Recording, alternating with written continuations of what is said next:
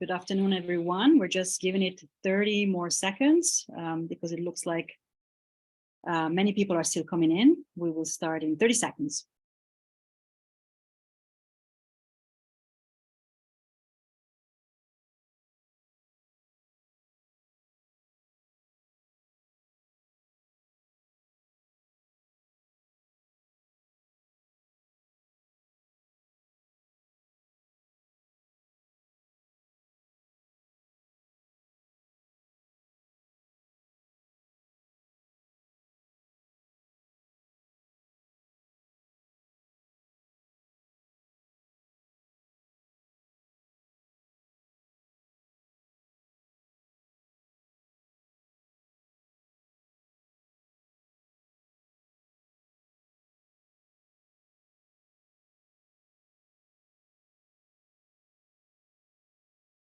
All right, I think we're going to get started so that we do not take time away from David's wonderful talk.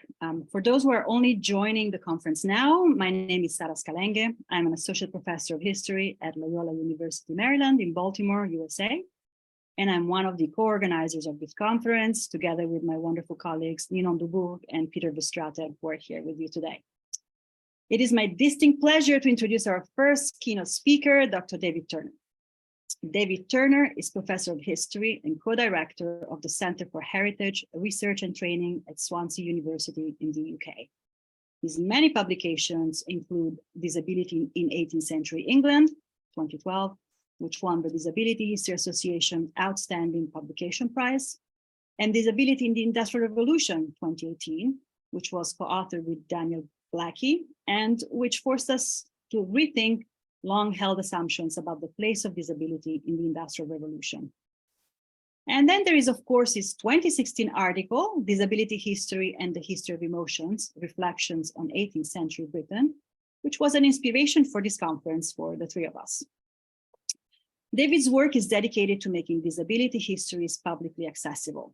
He was an historical advisor on BBC Radio 4's Disability, A New History, and that was in 2013. And also BBC TV's Silence, The Hidden Story of Disabled Britain, that was in 2021. He is currently writing Disability, A History of Resistance. The book, which aims to make new research accessible to a wide audience, explore disabled people's experiences in Britain from 1500 to the present day, with a focus on agency and activism. The title of his keynote today is Fellow Sufferers, Disability, Emotion, and Connection in 19th Century England. David will talk for about 40 minutes, and then we will have 20 minutes of Q&A.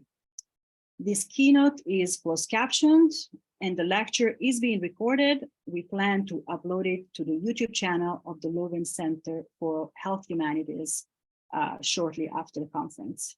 David, the floor is yours.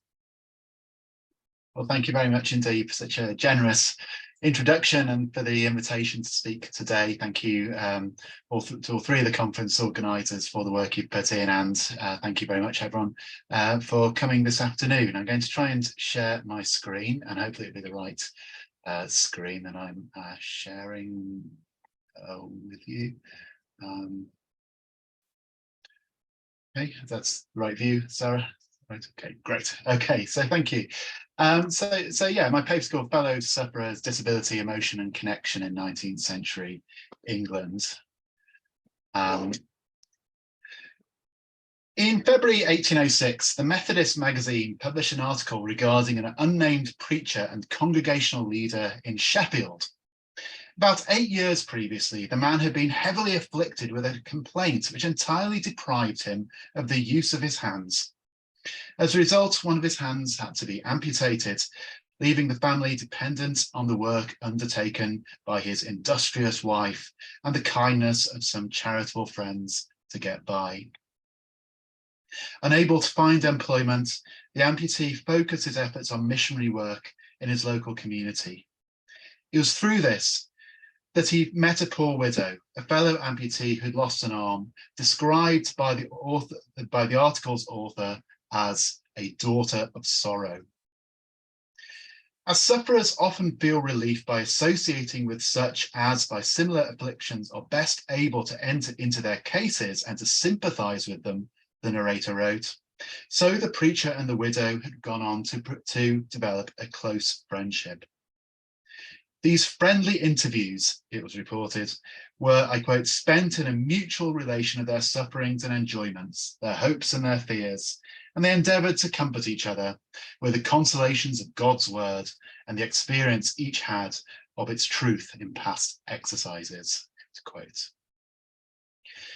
Although we have little data on the extent of disability in the British past, at least before the census began to enumerate certain types of defective bodies and minds from the 1850s, there's much anecdotal evidence to suggest that impairment was a common experience for people in the 18th and 19th centuries. Indeed, industrialization and the accompanying shift of working populations to towns from the countryside seem to make disability more visible than ever. A newspaper reporter visiting the centre of the Welsh ironmaking, Merthyr Tydfil, in 1850, remarked that, I quote, the streets were thronged with the maimed and the mutilated. And similar comments were made of other industrial towns. Yet disability was commonly represented as an isolating and highly individual experience that set people apart from others. In 19th century melodramatic fiction, for instance, the portrayal of disability as a sad or pitiable state reinforced the idea of disabled people as lonely, afflicted sufferers. These narratives, as Martha Stoddart Holmes argued, recurrently and problematically represented disability as an emotional state, something that evoked sympathy in onlookers and encouraged feelings of isolation and despair among those whose non-standard minds or bodies mark them out as objects of compassion. The story of the Sheffield preacher drew on some of these well-worn sentimental tropes. The main purpose of the story was to illustrate the power of kindness and charitable giving. Despite being impoverished through his own reduced circumstances, the preacher gave his widowed friend a shilling to buy medicine when she succumbed to a cough. And the next day he met with some friends who gave him 5 shillings. The message was that acts of compassion and generosity would be rewarded through providential acts of benevolence. Yet the article also recognised the value of affective connection between disabled people as a means of providing comfort and happiness. The story's protagonist was rewarded not just through his act of charity, but through friendship with someone who shared with him an experience that was alien to other people in his circle, someone who could empathise with his sufferings and enjoyments and hopes and fears from a common vantage point of limb loss. The first half of the 19th century was notable for the expansion of philanthropic initiatives designed to rescue disabled people from their perceived state of suffering. Perhaps the most striking example of this was the rapid expansion of institutions providing for the education and training of children and others with sensory impairments. These establishments, along with hospitals and asylums, meant that disabled people were increasingly brought into contact with one another, albeit in ways which served to heighten their separation from the rest of society. But this period is also significant for a growing number of publications written by people with impairments or chronic illnesses, which reflected on their own experiences and those of others. These texts rarely use the word disability as an umbrella term to describe people with bodily or sensory impairments, nor did the authors describe themselves often as disabled.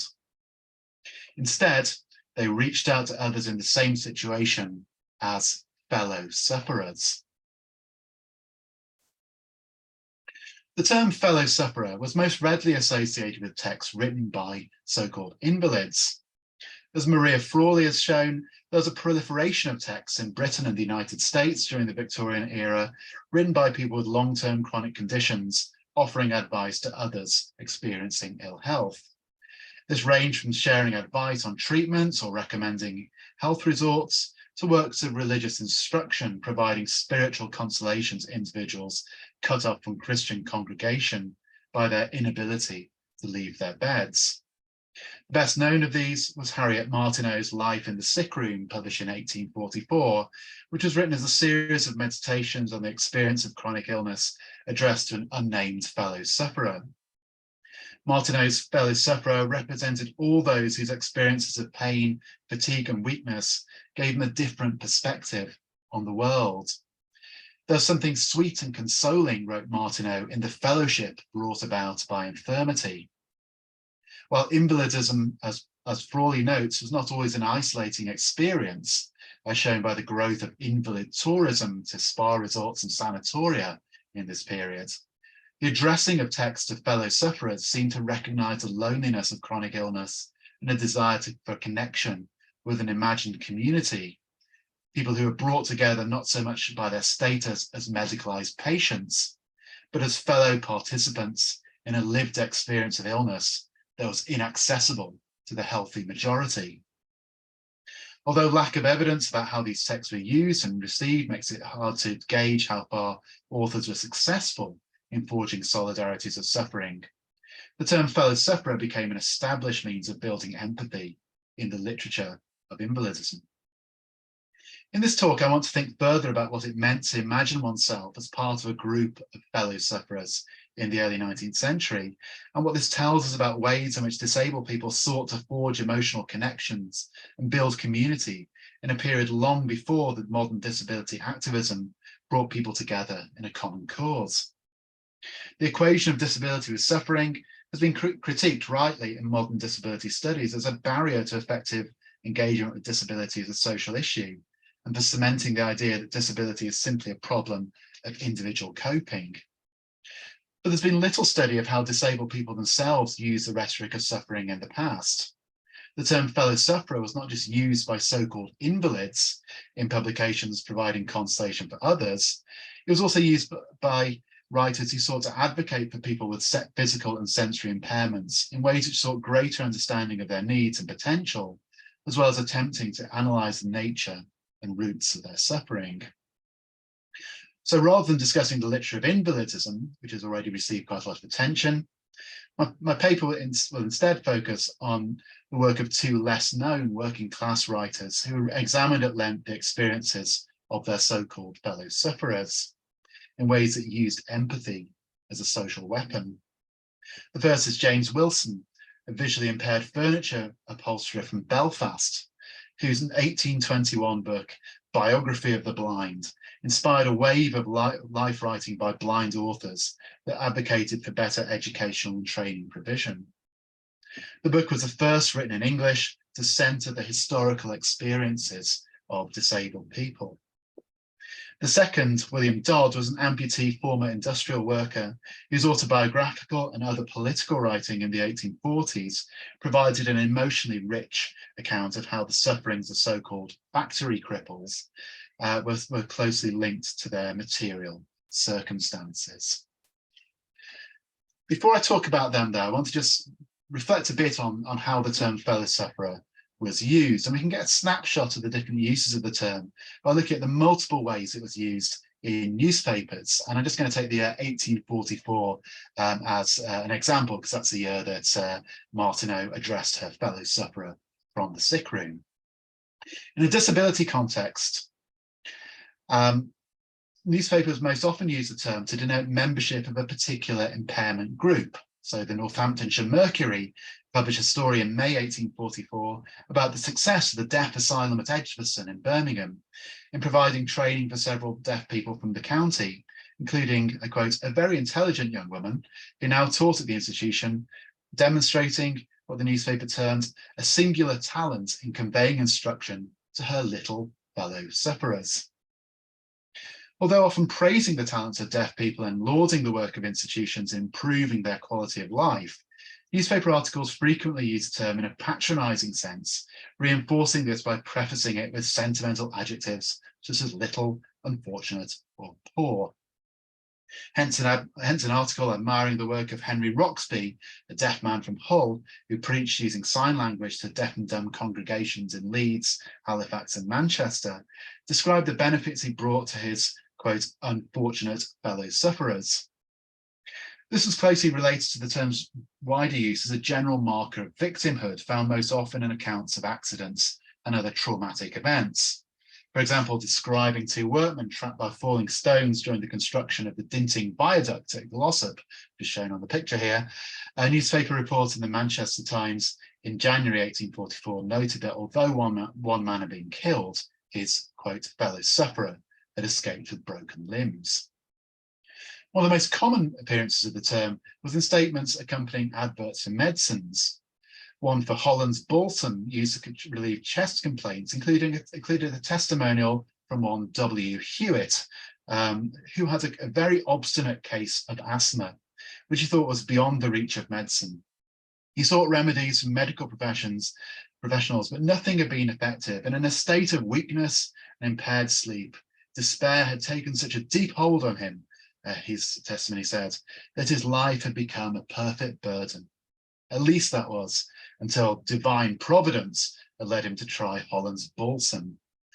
So effective was the medicine that he now wished his testimony to be published for, he said, the benefit of my fellow sufferers. Framing medical advertisements as sharing advice from one fellow sufferer to another in this way was a tool of establishing authenticity and building trust in the product. But there's also an element of subversion in these narratives, contrasting the knowledge of fellow sufferers about what worked to relieve their symptoms and what didn't, with the inadequacy of official medical advice. Testimonies appear to share a secret knowledge of remedies. Although we must be skeptical about the truth of any claims made in these statements, the popularity of these appeals to fellow sufferers suggests the value of knowledge derived from lived experience of illness as something that could potentially undermine the authority of medical professionals who are presented as failing to provide adequate treatment or understanding of people with debilitating chronic conditions. The further use of the term fellow sufferer was in political oratory, in appeals for solidarity with the victims of oppression. So, for example, at a meeting held in London in March 1844 to rally workers in opposition to free trade, which was seen by some trade unionists as likely to drive down the wages in manufacturing industry by encouraging imports of cheap foreign goods. One speaker called on Spitalfields weavers to, quote, come forward and show their fellow sufferers in the manufacturing districts throughout the country that they were thoroughly alive to all the injuries that would be inflicted upon them. The most frequent use of the term fellow sufferer in newspapers in 1844 was actually in reports quoting speeches calling for the release of the Irish nationalist Daniel O'Connell and his supporters following their arrest in the summer of that year, which referred to them as Ireland's incarcerated martyr and his fellow sufferers. So the representation of the fellow sufferer as someone able to speak with the authority of experience and as a victim of oppression can be found in writings by impaired authors as well, to which I now turn.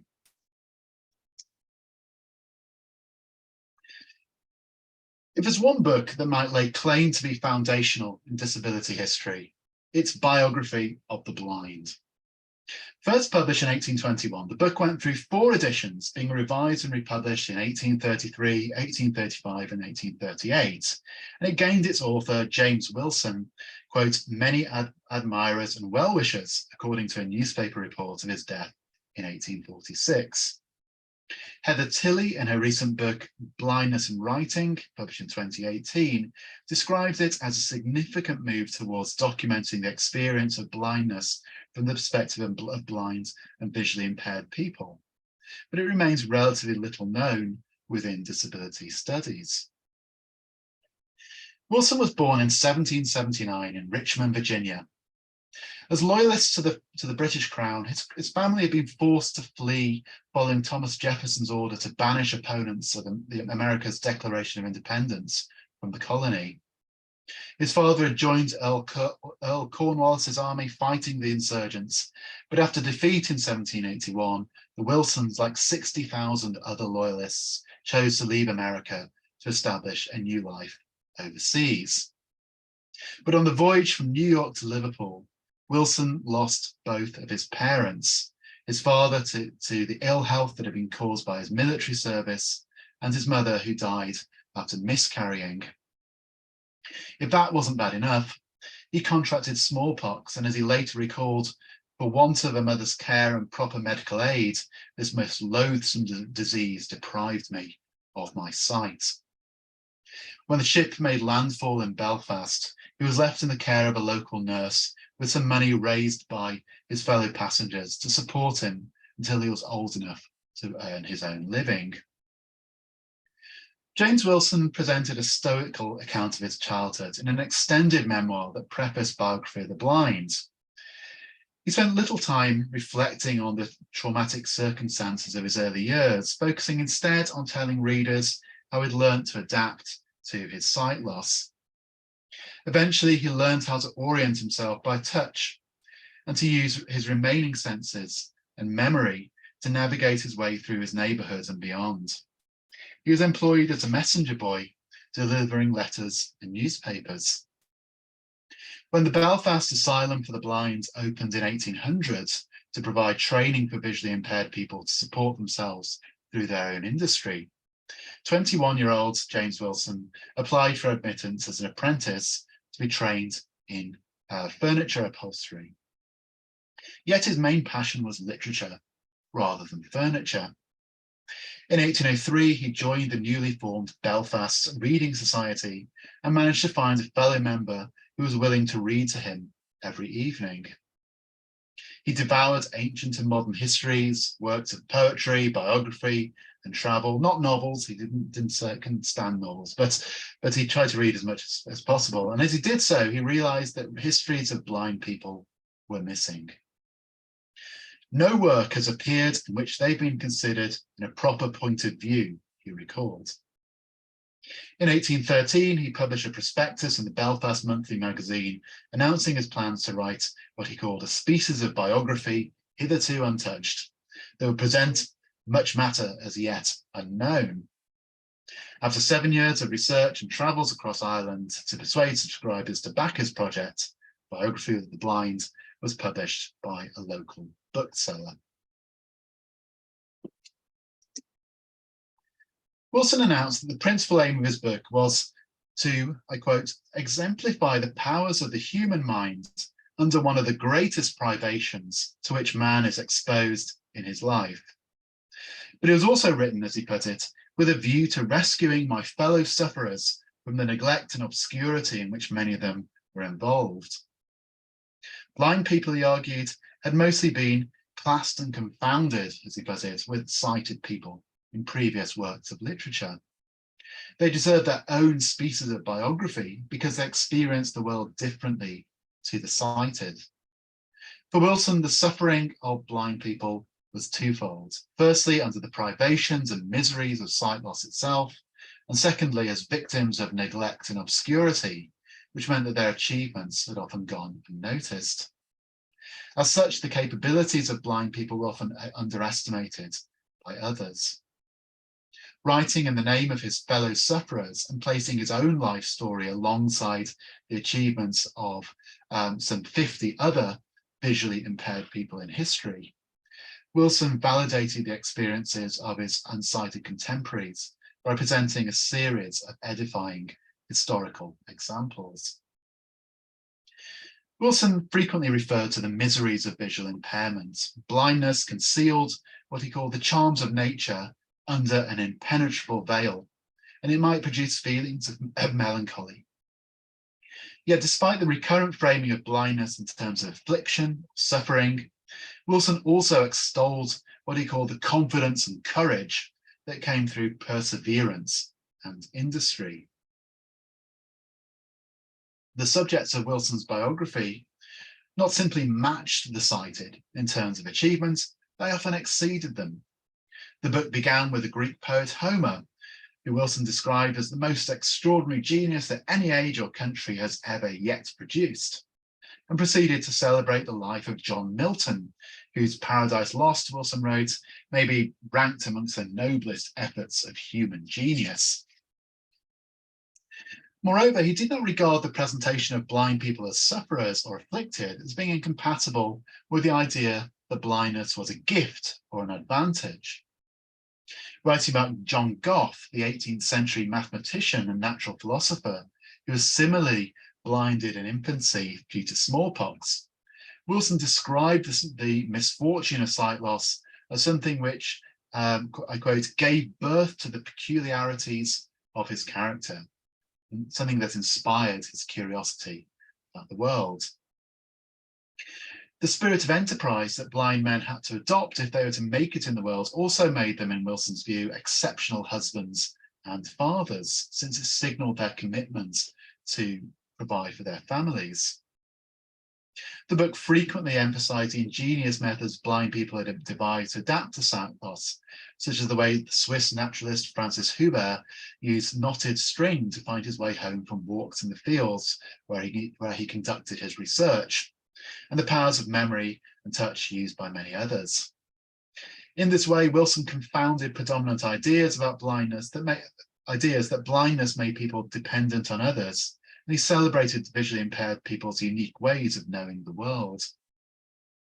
While it was blind people's worldly achievements as scientists, writers, adventurers, soldiers, and musicians that Wilson was most keen to celebrate, and which led him to focus predominantly on the histories of blind men rather than blind women, he only included 4 in his book, he also reflected on the emotions of sight loss.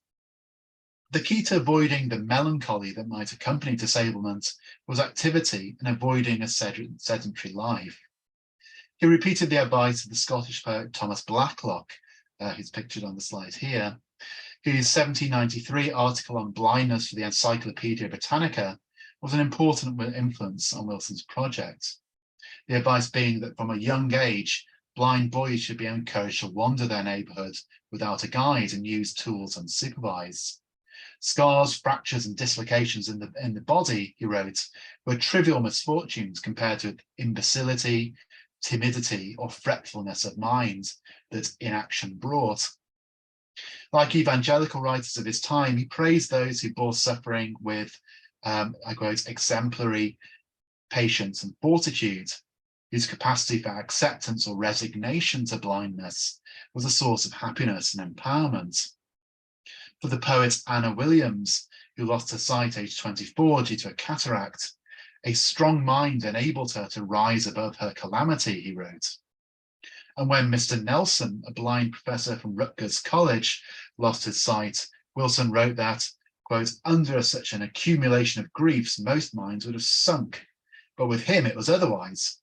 At all times proud and resolute, his spirit rose at once into what might be termed the fierceness of independence, and he resolved within himself to be indebted for support to no exertions but his own. Biography of the Blind also maintained that the experience of sight loss produced a depth of feeling that also increased empathy with others. This is shown in the example of Edward Rushton, whose loss of sight aged 19 sharpened his feelings towards the sufferings of his fellow creatures, and it motivated his campaigning as a newspaper editor to end slavery. William Hay, in his essay on deformity, published in 1754, and Thomas Blacklock had made similar observations about the empathetic advantages possessed by those who experienced impairments. Blind people, wrote Wilson, were especially sincere in their feelings. They're unable to see and be influenced by the visual expression of emotions on the faces of other people. Wilson's book acknowledged the dominant framing of blindness as a tragedy or deprivation, while consistently subverting it through examples of blind people's achievements and advantages. If the book seemed to confirm the power of the individual human spirit in overcoming adversity in ways that sighted readers might find inspiring or comforting, it also carried a more radical message. For many of Wilson's contemporaries, sight loss was a particularly fearful and stigmatized predicament. In Enlightenment philosophy, vision was considered the sovereign of the senses, the primary way of knowing the world, and its loss supposedly deprived sufferers of the pleasures of beholding the wonders of nature, seeing their loved ones' faces, and most frighteningly of all, threatened dependency on other people. In the face of these stereotypes, Biography of the Blind reimagined visual impairment as something positive and empowering. If James Wilson's view on disablement was positive and hopeful, despite the portrayal of blind people as sufferers, a very different perspective can be found in the writings of William Dodd, who styled himself a factory cripple. Rather than celebrating past achievements, Dodd dedicated himself to exposing the sufferings of disabled people in his own time, specifically men and women maimed or deformed through their experience of mechanized labor. The factory reform movement, which gathered momentum in England during the 1830s and 40s, was, as Daniel Blackie and I have argued, an important staging post in the history of disabled people's political activism. The campaign for legislation that would improve safety in factories and limit the working day to 10 hours brought together a mixed coalition of worker-led short-time committees, which sprang up in textile manufacturing districts in the late 1820s and 1830s. It also included enlightened factory owners and philanthropically minded Tories, such as Michael Sadler, Richard Osler, and Lord Ashley. In highlighting what Osler somewhat dubiously termed white slavery endured by factory operatives, especially children, campaigners drew heavily on images of workers whose bodies had been worn out and deformed through long hours of repetitive work endured from an early age. The testimonies of deformed workers themselves were especially valuable to this campaign, and many came forward to testify before various official inquiries into industrial work, and in some cases to exhibit their crooked bodies as evidence of the impact of the pernicious factory system. William Dodd's autobiography, titled A Narrative of the Suffering of the Experience and Suffering of William Dodd, a Factory Cripple, was published in 1841 and provided a detailed account of his own experience of factory work. Born in Kendal in 1804, Dodd claimed to have spent 25 years from the age of 6 working in a factory, which damaged his knees and gave recurrent joint pain in his arm, which eventually led it to be amputated. In 1841, Dodd, who by that time had moved to London, was employed by Lord Ashley to tour the factory districts of Northern England to gather further examples of the damage caused by factory work in preparation for Ashley's reintroduction of the 10-hour bill to Parliament. Dodd published an account of his travels in the form of a series of letters to his aristocratic sponsor, titled The Factory System Illustrated in 1842. By this time, his relationship with Ashley had soured, and he became more reliant than ever on the proceeds from his writing to earn a living. Throughout his published work, Dodd highlighted ways in which the oppression of factory workers was written on their bodies. Whereas factory reform propaganda had typically used the figure of the young so-called factory cripple as an emblem of suffering, Dodd presented his readers with vivid descriptions of impairments as lived experience. In his autobiography, for example, he described the pain in his joints every Monday morning after having a day off on Sunday. His knees described being like rusty hinges that had laid by for years. Rather than depicting disabled factory workers as faceless victims of industrial capitalism, he humanized them by naming them, where his subjects consented to this, and described not just the circumstances of their disablement, but also their subsequent treatments by their employers, families, and communities. He described his aims best in a petition that he sent to Parliament in May 1841, in which he called for the protection of men, women, and children who'd sacrificed their health in the cause of national prosperity, asking legislators to establish an asylum like the hospitals for disabled soldiers and sailors at Chelsea and Greenwich, where they could live out their days with care, comfort, and dignity. So whereas other factory reformers called for the conditions of all workers, Dodd singled out factory cripples as a distinctive class of people who deserved legislative intervention on their behalf to improve their chance of finding work, to find shelter, and to be compensated for their bodily losses. He saw his own experience of disability as giving him an authority to speak up on behalf of his so-called fellow sufferers. In The Factory System Illustrated, he noted that as a factory cripple himself, he was empowered to, as he put it, speak feelingly, with both empathy and authenticity about others in the same situation. He noted that many impaired workers were shy about discussing their experiences, partly out of fear that it might damage their future prospects, and also out of shame. But Some people, when they saw that he was himself a cripple, came forward and gave him an account of their sufferings. Dodd described feeling at home amongst his fellow sufferers. In Bradford, he encountered two brothers, both factory cripples, he said, and both presenting to the eye of an observer a sad spectacle of factory suffering. One was married to a woman who herself used a crutch due to a swelling on her knee. Dodd describes being invited to take tea with them, where, although they were four abject cripples, as he said, they spent the evening in mutual good humour. Finding the same sense of friendship and solidarity that the amputee Sheffield preacher enjoyed with his widow neighbour in the example I began with, Dodd found solace in the company of those who shared his experiences. I do not remember to have spent a more pleasant evening in the whole course of my existence, he declared, than I did on this occasion with these same kind-hearted people. Yet the process of collecting stories of his fellow sufferers took an emotional toll. In a letter to Ashley from Stockport in November 1841, Dodd wrote that when he began his tour of visiting the sick, maimed and distressed part of my fellow work people in their dwellings, as he put it, it had been what he called a source of pleasure to him to go among them, to inquire into their wants and to listen to their opinions. But lately, this duty has become rather more painful than otherwise. Distressing cases, he wrote, have crowded upon me very thickly indeed. And not having the power to relieve them as I could wish, it's made me feel almost a desire to quit a district in which misery is so prominent a feature. He described witnessing witnessing one day a woman being carried on a litter from a cotton factory in that town following an accident. She was, he wrote, a sad spectacle. Her head, face and neck were dreadfully cut and bruised, and blood was trickling out of her boots, leaving a trail behind her. Dodd later visited her in hospital, where he expressed his admiration for the woman's religious sentiments that had been instilled in her since her youth, that enabled her to approach her bodily sufferings with patience and cheerful resignation, as he put it.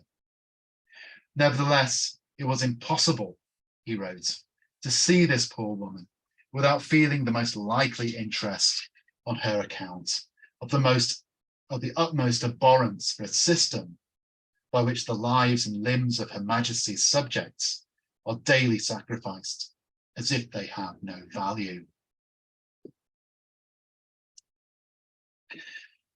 The writings of James Wilson and William Dodd present different perspectives on disability, but both were united by their desire to advocate on behalf of their fellow sufferers.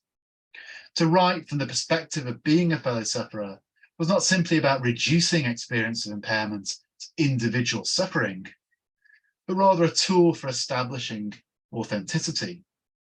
Being a fellow sufferer allowed them to draw authority from lived experience and to write with emotional truth and integrity, to speak feelingly, as Dodd put it, about bodily difference. Their writings appealed for sympathy towards their fellow sufferers, but also challenged readers to admire their abilities and feel rage at their treatment. While both writers recognized that impairment or injury could be a source of suffering, they did so not with the aim of viewing disabled people as objects of pity or charity. Each offered examples of how performing suffering with grace could be a mark of admiration and respect, and could eventually lead to acceptance through cheerful resignation. Resignation was not about giving up, but about forging an identity that was at ease with one's bodily difference or found purpose from it. There was, as Harriet Martineau wrote, a divine joy in endurance. As my fellow keynote Barbara Rosenwein has shown, this idea went back to medieval models of imitate Christi, and it was a theme reinforced in the evangelical religious culture that took root in working class communities in the Industrial Revolution, particularly through the spread of Methodism. The work of Wilson and Dodd represents two different contexts in which disabled people came together to consider the interests of their class. And this is a word that both authors use to demarcate their own disabled populations. Wilson's work was influenced by early 19th century expansion of blind education, whose proponents represented schooling as a way of rescuing unhappy sufferers and presenting them opportunities to become happy and productive citizens. Notably, he dedicated Biography of the Blind to the director of Molyneux's Asylum for Blind Females in Dublin. Yet by exploring the historical contributions made by visually impaired people, he also highlighted more innate qualities of character, blind people's knowledge and perceived gifts that also offered routes to happiness. In contrast, Dodd's writing and activism reflects the growing importance of industrial politics for considering the material deprivations of disabled people. The factory movement of the 1830s and 40s undoubtedly exploited the suffering of factory cripples to push for improvements in working conditions that would mainly benefit non-disabled workers, such as reducing hours. The image of the deformed body of the factory cripple had the power to cause a deep emotional reaction in others. For example, when one speaker at a mass meeting in support of the 10 Hours Bill held in York in April 1832 held up a picture of a poor deformed man about 30 years of age, it apparently caused a great sensation. Richard Osler reported that upon seeing the picture, he wrote, the whole mass of people silently and reverently uncovered their heads in a spontaneous movement of sorrow, pity, and respect towards the unhappy victim of slavery, whose mangled and deformed limbs were penciled before them. But Dodd recognized that deformed workers were not simply emblems of pity, but people facing real hardship. In pressing for further legislative change to protect disabled workers, Dodd tacitly acknowledged the limits of non-disabled factory reformers' sympathies for factory cripples. Faced with reduced employment prospects and reliant on the goodwill of their employers for any financial recompense for their injuries, they, in his words, deserved something better. If the suffering of impaired workers was affected by the pains of their bodies broken through excessive work or mangled in the machinery, it also had to do with the absence of care for such workers by society at large and failure to provide them with adequate comforts. Although, as Martha Stoddard Holmes has argued, 19th century literary framings of disability in emotional terms were often used to avoid discussions of its material consequences. In worker accounts of industrial injury and deformity, the emotional and the economic were often inextricably linked. Indeed, what disability activists in the 1970s and 80s theorized as the social model of disability was present long before, in an embryonic way, I think, in Dodd's socio-economic framing of the problems facing his fellow sufferers. Dodd admitted that many of the people he interviewed lived in isolation from one another, and this prevented factory reform from becoming a fully fledged disability movement in the modern sense. Yet the desire for connection is evident in both his and Wilson's writing. This desire for connection shapes our work as historians of disability too. We often frame our ethical obligations to our subjects as giving them a voice or placing them back in historical narratives. Historian of emotions Katie Barclay has observed that giving voice is often articulated as a process of empathy, of building an emotional connection between past and present. If disabled people in the past are to speak with their own voices through our historical writing, and if we are to connect with them in a meaningful, empathetic way, then we need to recognize that the language of suffering could be a more generative way for them to discuss their experiences than we've normally allowed. Thanks a lot.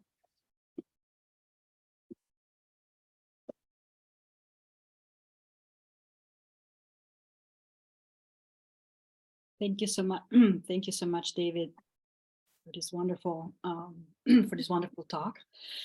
We now have 15 minutes for a Q&A, and if the attendees could please type the questions in the Q&A box, and then myself and Peter and Ninon will read them out loud.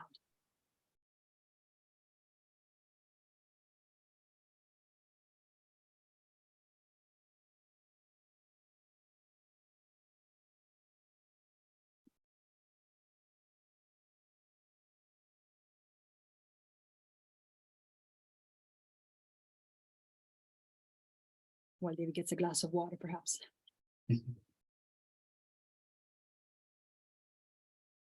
Okay, here we have the first question. Actually, I'm going to stop the recording for this part. Let me just stop the recording. Okay,